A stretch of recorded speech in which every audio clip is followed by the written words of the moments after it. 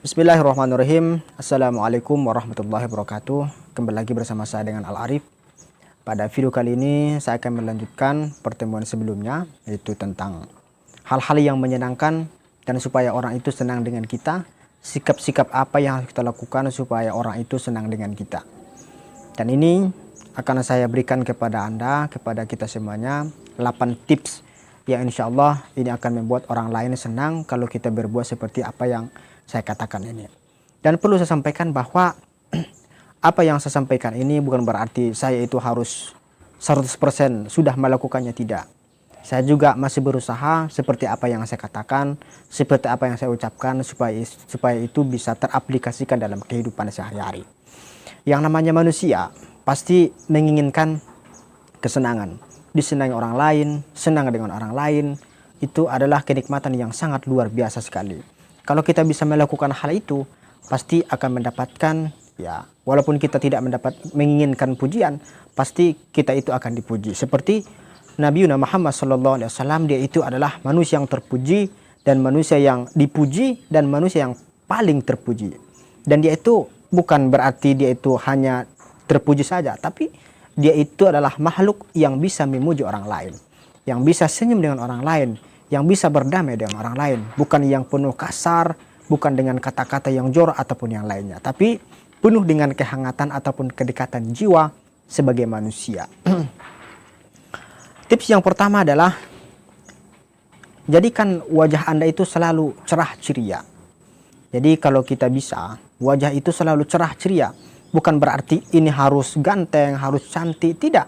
Tapi nampakkan dalam mata, hidung atau muka Anda itu ada nampak keceriaan, ada nampak kecerahan.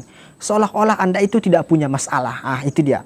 Jadi seolah-olah kita itu tidak punya masalah. Jadi wajah kita itu cerah, ceria.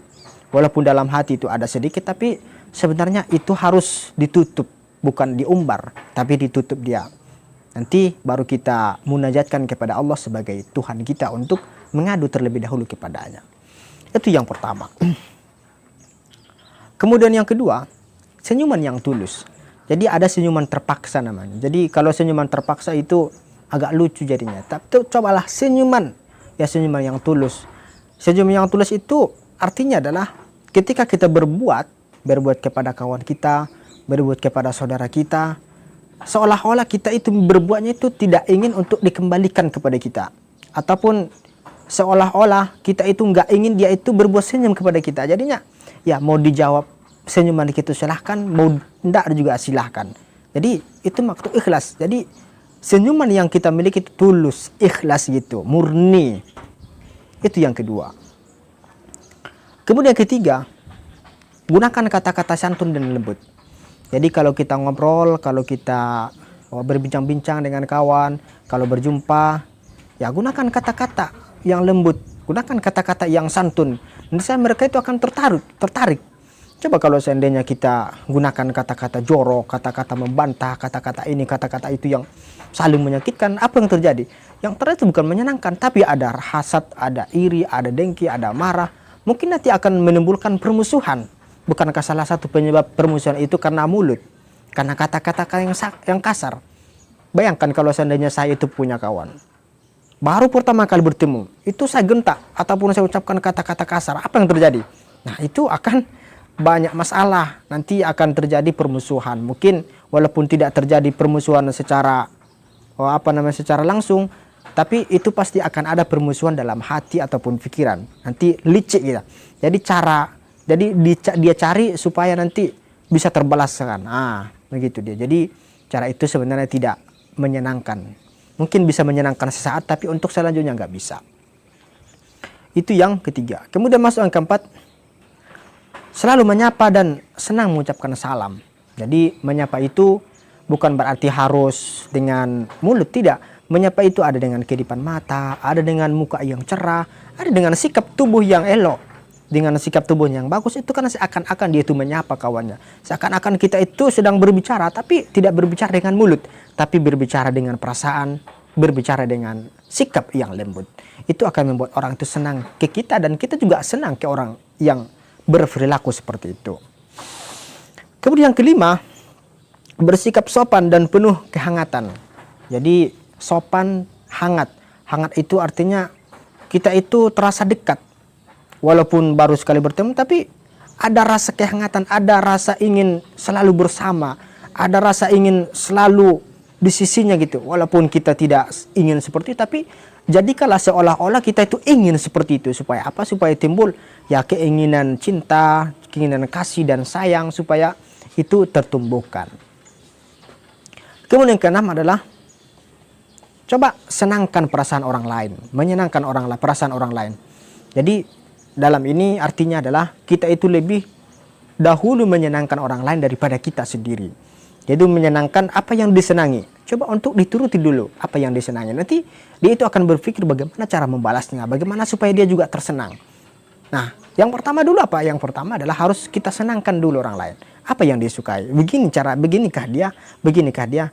Nanti kalau dia senang, sudah senang dengan apa yang kita lakukan, otomatis kita itu akan mudah untuk merayunya, mudah untuk mengajaknya, akan mudah. Tapi kalau dari awal kita aja nggak serius, kita aja nggak gimana gitu, akan susah. Jadi coba untuk disenangkan orang lain. Sudah pernah kali menyenangkan orang lain? Kayaknya belum, ada yang belum. Terus apa? Yang dilakukan bagaimana supaya dirinya senang.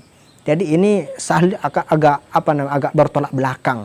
Jadi cobalah untuk menyenangkan orang lain dulu. Nanti baru senangkan, itu akan muncul nanti senang terhadap diri kita. Ataupun hati kita akan senang.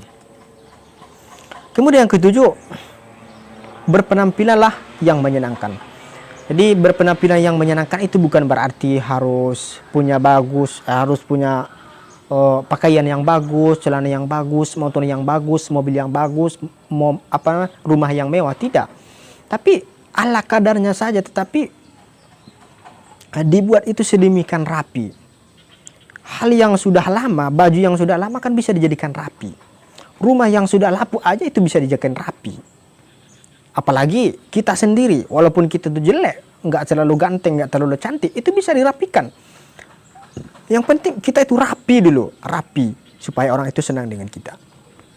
Itu yang ketujuh. Kemudian yang kedelapan adalah memaafkan kesalahan orang lain.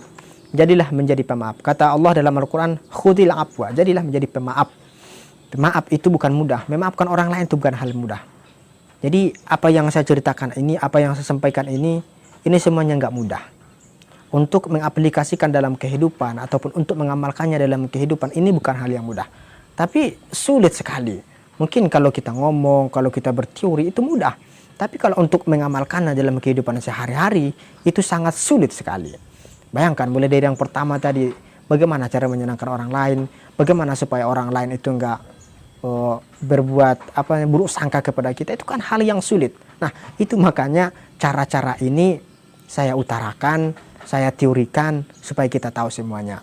Kita tahu dan selanjutnya kita amalkan. Saya amalkan bersama, kita amalkan bersama.